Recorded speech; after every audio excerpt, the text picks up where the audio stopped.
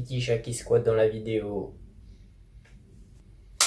Hey, salut à toutes et à tous, on se retrouve aujourd'hui pour une toute nouvelle vidéo. Et on se retrouve donc pour le deuxième épisode du Versus Manga. Donc n'hésitez pas à aller voir le premier épisode et dans tous les cas, je vais vous rappeler les règles. Mais avant de commencer, n'hésitez pas à lâcher un gros pouce bleu, à mettre un commentaire, à partager, à vous abonner, ça me ferait super plaisir. Bon, tout d'abord, le Versus Manga, c'est un fight. Un fight entre deux séries. Ces séries, je vais les choisir au sort, hop, avec une petite liste qui est là-dedans. Et c'est que des mangas de ma mangatech que j'ai lus. Ensuite, il va y avoir un système de notation étoilé avec différents critères. On a d'abord un critère objectif qui sera fait à l'aide d'un site et je vais donc prendre la note des lecteurs. Et ensuite, il y a les critères subjectifs qui sont les miens. Et dans les critères subjectifs, il y a plusieurs sous-parties. Donc critères objectifs 50%, critères subjectifs 50%. Autre pourcent. Donc un point essentiel, c'est que au niveau de la notation, je vais noter que ce que j'ai lu. Imaginons que je tombe sur Naruto. Je vais pas noter les 72 tomes, oui c'est ça, il me semble. Je vais noter que les 26 premiers tomes, car j'ai lu que les 26 premiers tomes. Alors si vous voulez savoir le gagnant, restez bien jusqu'à la fin. Avant de commencer, petit point aussi, j'ai pas remis Fairy Tail dans la liste des mangas, car tout simplement j'ai pas lu le nouveau tome. Root End, j'ai lu le tome 3, donc ça veut dire que le critère de notation peut évoluer, donc je l'ai remis dans la liste de tirage au sort. On va tout de suite tirer le premier manga. Donc on tombe directement sur un gros pilier car il s'agit de My Hero Academia. Donc après My Hero Academia, on va pouvoir tirer un deuxième. Hop, je mélange un petit peu. On va prendre celui-là. Et il s'agit donc de The Quintessential Quintuplets. My Hero Academia contre The Quintessential Quintuplets. Donc pour My Hero Academia, j'ai lu les 7 premiers tomes. Donc je vais noter que les 7 premiers tomes. Et Quintessential Quintuplets, j'ai lu les 2 premiers tomes. Donc je vais aussi noter les 2 premiers tomes. Je pars faire la notation et je vous retrouve juste après. Bon, rentrons tout de suite dans le vif du sujet. Tout d'abord, My Hero Academia. Alors, tout le monde connaît je pense, mais je vais rappeler vite fait. Donc on va suivre Izuku Midoriya qui veut devenir un super-héros. Le problème c'est qu'on est dans une société où les alters, donc les super-pouvoirs en soi, sont totalement communs. Mais seuls 80% de la population possède des alters. Et Izuku Midoriya fait partie des 20% restants qui sont sans alters. Ce qui veut dire que sans pouvoir, il ne pourra clairement pas devenir un super-héros. Sauf qu'un jour, sa vie va être bouleversée et il va pouvoir intégrer la meilleure école de super-héros, UA.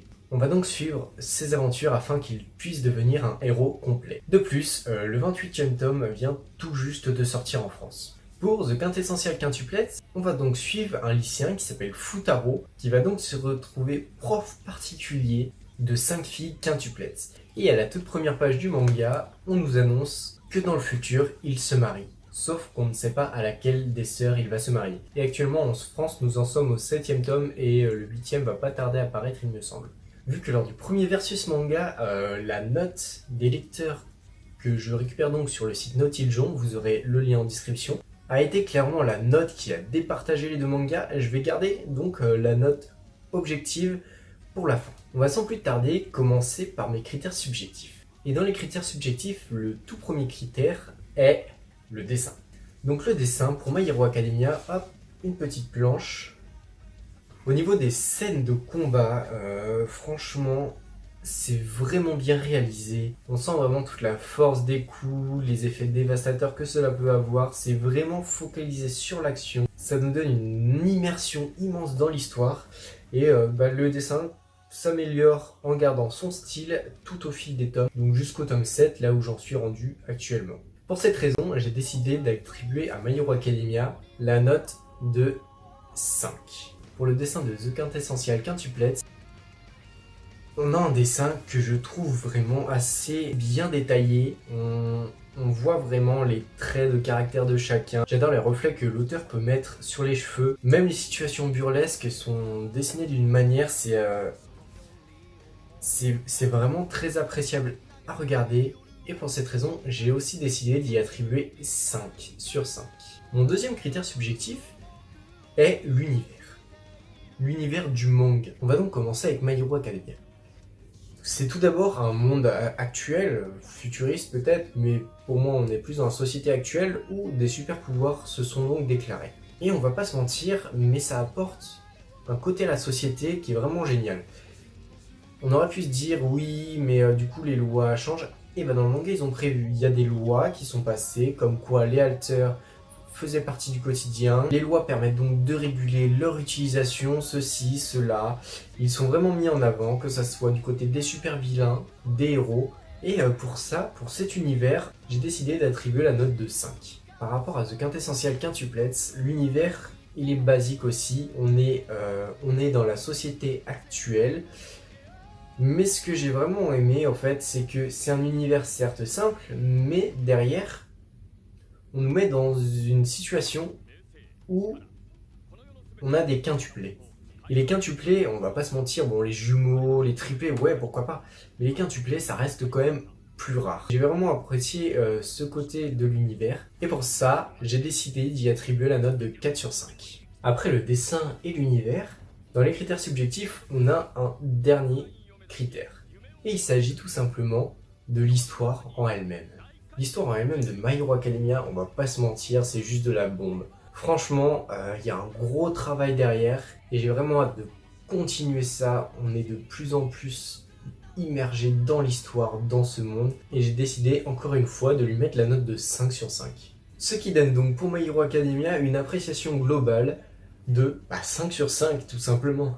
Pour l'histoire de The Quintessential Quintuplets, ça rejoint un petit peu ce que je disais au niveau de l'univers, c'est que mettre en scène des quintuplés, avec tout les quiproquos qu'il peut y avoir derrière, avec tout ce suspense de laquelle va être l'épouse de Futaro, on va pas se mentir, moi j'ai très envie de savoir la suite, et le début est vraiment génial. C'est que les prémices, on connaît pas encore super bien les personnages, parce que je n'ai lu que 2 mangas, et j'ai un peu du mal parfois à retenir tous les prénoms, mais on va pas se mentir, c'est vraiment génial.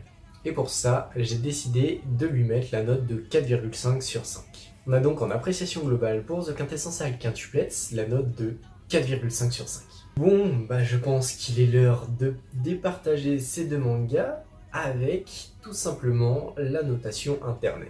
Sur le site Notiljon, j'ai donc fait une moyenne des 7 premiers tomes pour My Hero Academia et des 2 premiers tomes pour The Quintessential Quintuplets. My Hero Academia obtient donc en moyenne sur internet, pour les 7 premiers tomes, 4,68 sur 5. Et franchement, c'était énorme.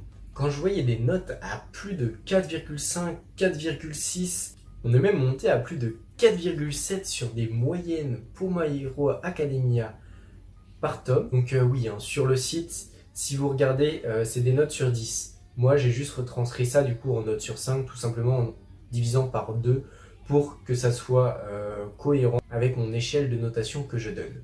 Et pour The Quintessential Quintuplets, j'ai aussi été très surpris car on obtient en moyenne pour les 2 tomes 4,51 sur 5.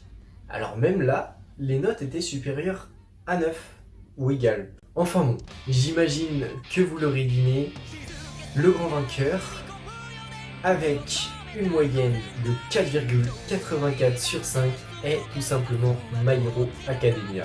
Nous pouvons aussi féliciter The Quintessential Quintuplets qui a fait un formidable score avec 4,51 sur 5, ce qui est vraiment un très bon score et qui détrône d'ailleurs Route N et Fairy Tail du premier versus manga.